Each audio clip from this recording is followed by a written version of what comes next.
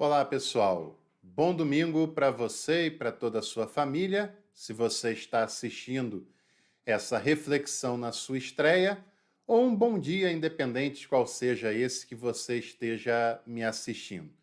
É bom ter você por aqui. Fica o meu convite para você se inscrever no canal e acompanhar o conteúdo teológico do Café com Teologia. E nesse conteúdo teológico está incluída essa sessão semanal de reflexões sobre textos da Bíblia, especialmente do Novo Testamento. A gente tem pensado muito nas últimas semanas sobre a relação humana de Jesus com outras pessoas, pessoas comuns, pessoas do dia a dia. E nós vimos alguns vídeos em que Jesus se encontrava com pessoas que eram de outras origens, de outras tradições, de outras religiões, e como Jesus lida com essas pessoas de uma maneira absolutamente respeitosa, humanizada, amorosa e acolhedora.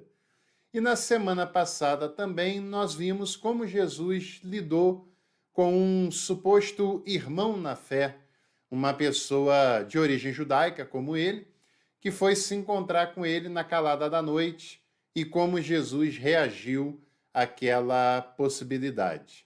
Esses vídeos estão disponíveis aqui no canal. E hoje também eu queria pensar com você sobre um episódio de um jovem que Jesus viu como alguém promissor, como alguém que poderia ser um instrumento da sua graça, mas que tinha outras prioridades. E eu convido você a acompanhar comigo a leitura do texto de Mateus, capítulo 19, do versículo 16 até o 26, que diz: Alguém se aproximou dele e disse: Mestre, que devo fazer de bom para obter a vida eterna? Jesus lhe respondeu: Por que me perguntas a respeito do que é bom? Um só é o bom. Mas se queres entrar para a vida, guarda os mandamentos. Ele perguntou: Quais? Jesus lhe respondeu: Estes: Não matarás, não cometerás adultério, não roubarás, não darás falso testemunho, honra o pai e a mãe, e amarás o teu próximo como a ti mesmo. O jovem lhe disse: Tudo isso eu tenho observado, o que me falta? Jesus lhe respondeu: Se queres ser perfeito, vai e vende tudo o que tens e dá aos pobres, e terás um tesouro no céu. Depois vem e me segue. E tendo ouvido isso, o jovem foi embora entristecido, porque tinha muitos bens. Então Jesus disse aos discípulos: Eu vos digo que é difícil um rico entrar no reino dos céus. É mais fácil um camelo passar pelo buraco de uma agulha do que um rico entrar no reino de Deus. Tendo ouvido isso, os discípulos ficaram completamente desconcertados e diziam: Nesse caso, quem pode ser salvo? Mas Jesus olhou atentamente para eles e disse: Com os homens isso é impossível, mas para Deus tudo é possível.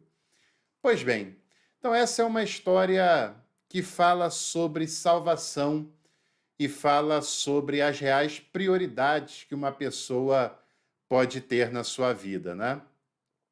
Nós temos um encontro de um jovem rico, uma pessoa que tinha aproximadamente até uns 30 e poucos anos de idade, e que era uma pessoa que tinha propriedades, que tinha dinheiro, que possivelmente herdou do seu pai, né? E esse jovem chega até Jesus e pergunta para ele o seguinte, e é uma pergunta desconcertante. É a única vez que alguém faz essa pergunta. O que eu posso fazer de bom para herdar a vida eterna? Esse jovem demonstra que a sua confiança está em si mesmo, está na sua própria capacidade, está no seu próprio mérito. Talvez porque ele tenha ficado muito autoconfiante de ter muitas riquezas. Portas se abrem para quem tem riquezas, amigos se somam a quem tem riquezas, oportunidades são apresentadas, a vida fica muito mais fácil para uma pessoa que tem riquezas. E esse jovem percebeu que ele tinha muitas facilidades, mas lá no seu interior tinha algo que lhe incomodava. Tinha algo que o dinheiro ainda não tinha sido capaz de lhe dar, que era a paz da salvação, a vida eterna, né? E ele quer saber de Jesus o que ele pode fazer de bom. Qual aquilo que é exigido dele, que ele faça, que ele compre, que ele use o dinheiro para que ele adquira também a vida eterna. E Jesus responde para ele: por que me perguntas acerca do que é bom?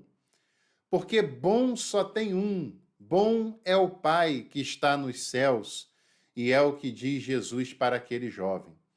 Aquele jovem estava equivocado na sua visão de mundo e achava que o bom mesmo era ter dinheiro, porque esse dinheiro abriria todas as portas possíveis e imaginárias. Mas Jesus diz para ele que só tem um que de fato é bom, que age com bondade, que não se impressiona com o que as pessoas fazem ou com o que as pessoas têm, mas que olha o interior das pessoas, que olha o seu coração, a veracidade de vida, que olha a sua sinceridade e é preocupado com esse que é o único que é bom de fato, que ele deveria estar voltado, estar em prioridade. E Jesus tenta construir um pensamento com ele, dizendo: pratica os mandamentos. E ele fala: eu tenho praticado todos os mandamentos relacionados ao próximo, porque Jesus omite os mandamentos relacionados a Deus. Você sabe que os 4 primeiros mandamentos se referem à relação do ser humano com Deus e os demais na relação do ser humano com o próximo. Mas isso não de maneira legalista, não de maneira moralista, porque esse jovem provavelmente se enaltecia por ser uma pessoa reta, por ser uma pessoa íntegra, que não cometia nenhum deslize moral. Mas Jesus está mostrando, e mostra em outras passagens, que a relação com os mandamentos ela é mais existencial do que uma lista moral. Jesus resume todos os mandamentos no amor, em amar a Deus e amar ao próximo. Amando a Deus e ao próximo, você cumpre os mandamentos, porque a motivação essencial é o amor, e não o moralismo, e não manter as aparências, e não prestar um relatório para a sociedade, mas é o amor para com Deus e para com o próximo.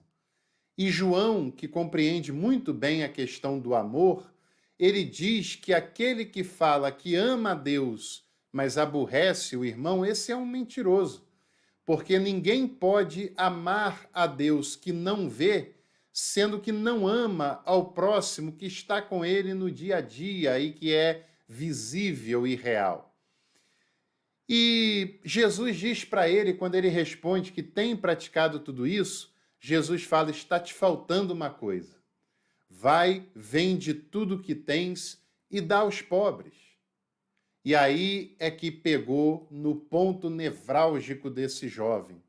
Porque ele tem muitos bens e ele percebe que esses bens dão para ele uma vida muito confortável, uma vida de grandes oportunidades que ele não teria se não fosse o dinheiro, e uma vida também de muitos confortos que ele não teria se tivesse uma vida comum, uma vida normal.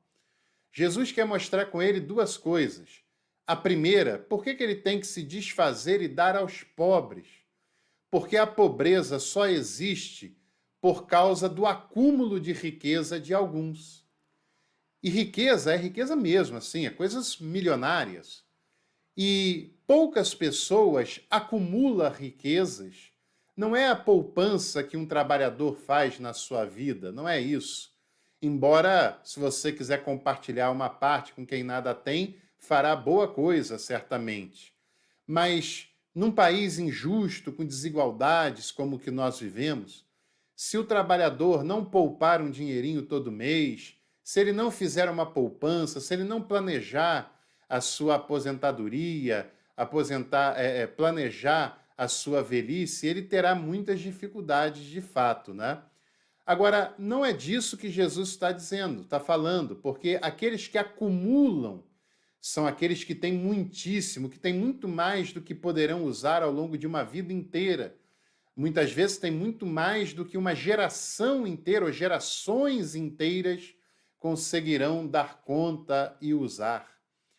E só existe a pobreza por causa do acúmulo excessivo de riquezas, por causa da concentração excessiva de riquezas na mão de poucas pessoas, que faz com que a grande maioria não tenha acesso ao mínimo, ao básico, porque não importa se uma pessoa tenha 20 sapatos, o que não pode acontecer é que tenha pessoas que não tenham nenhum. Não importa se uma pessoa pode comer caviar na sua refeição, o que importa é que tem muitas pessoas que sequer podem comer arroz e feijão todos os dias. Isso é que não pode. E o acúmulo nas mãos de poucos faz com que muitos tenham pobreza. E Jesus está dizendo para aquele jovem que se ele abrir mão desse acúmulo, ele se livrará de um peso e muitas pessoas poderão ter acesso ao básico de uma existência digna e de uma existência humanizada. Porque, por causa da injustiça, muitos têm fome e sede, literalmente. E outra coisa que Jesus diz: a riqueza é o que tem lhe afastado da bondade de Deus e do amor de Deus. É ela que faz a sua confiança, é ela que faz você confiar e achar que é isso que é bom e que é isso que faz a diferença. Ela que tem lhe distanciado da bondade divina. Bondade que não é só para você, mas é para aqueles que estão empobrecidos por causa da injustiça. O jovem fica triste, vai embora. Jesus também fica triste com a sua ida.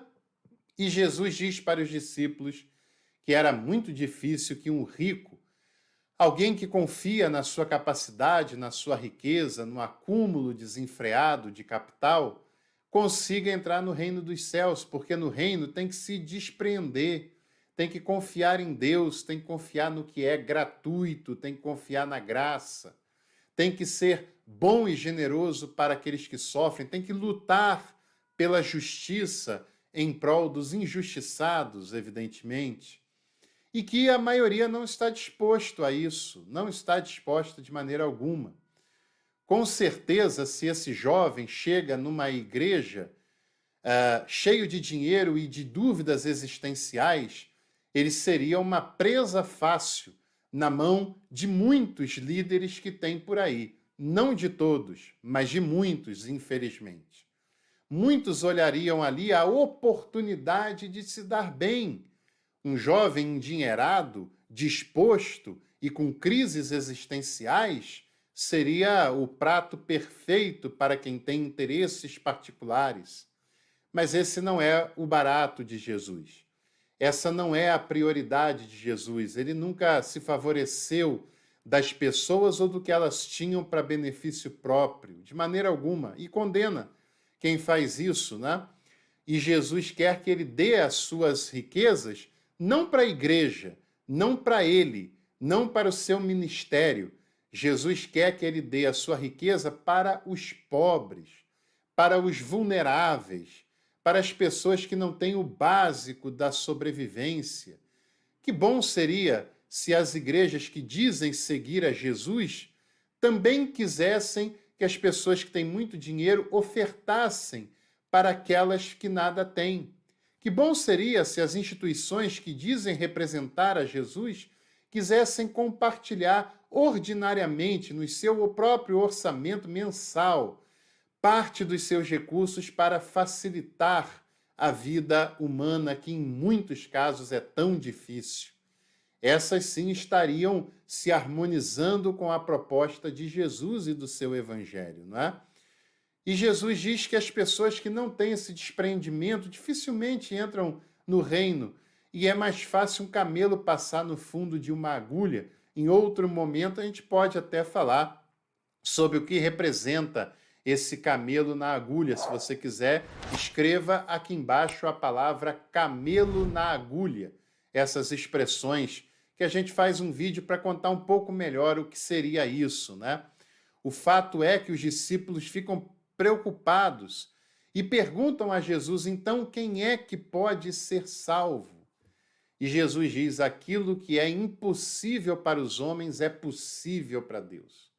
Tudo é possível para Deus. E muitas pessoas acham que isso é enriquecer milagrosamente, fazer coisas miraculosas, etc.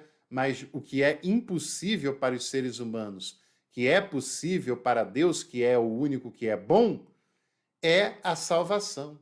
Porque o ser humano não é capaz de garantir a sua própria salvação e nem a de ninguém. Apenas para Deus é possível a vida eterna. E Jesus está dizendo que é impossível para o ser humano mesmo a vida eterna, mas é possível para Deus. E por quê? Porque Deus é bom, como ele falou no início dessa passagem. Que a gente confie na bondade de Deus, na sua gratuidade, no seu amor, na sua compaixão. Que a gente faça a nossa parte para tornar a vida humana mais fácil, mais digna, porque essa é a vontade de Jesus e ele expressa isso em algumas oportunidades. E que a gente saiba que a salvação impossível para os seres humanos, seja eles quem for, mas é possível para o Deus de bondade e de amor. Se você gostou, curta esse vídeo, inscreva-se no canal e é claro que eu desejo para você e a sua família uma semana de paz, uma semana de salvação e uma semana de profundo contentamento. E a gente se vê em breve aqui no Café com Teologia.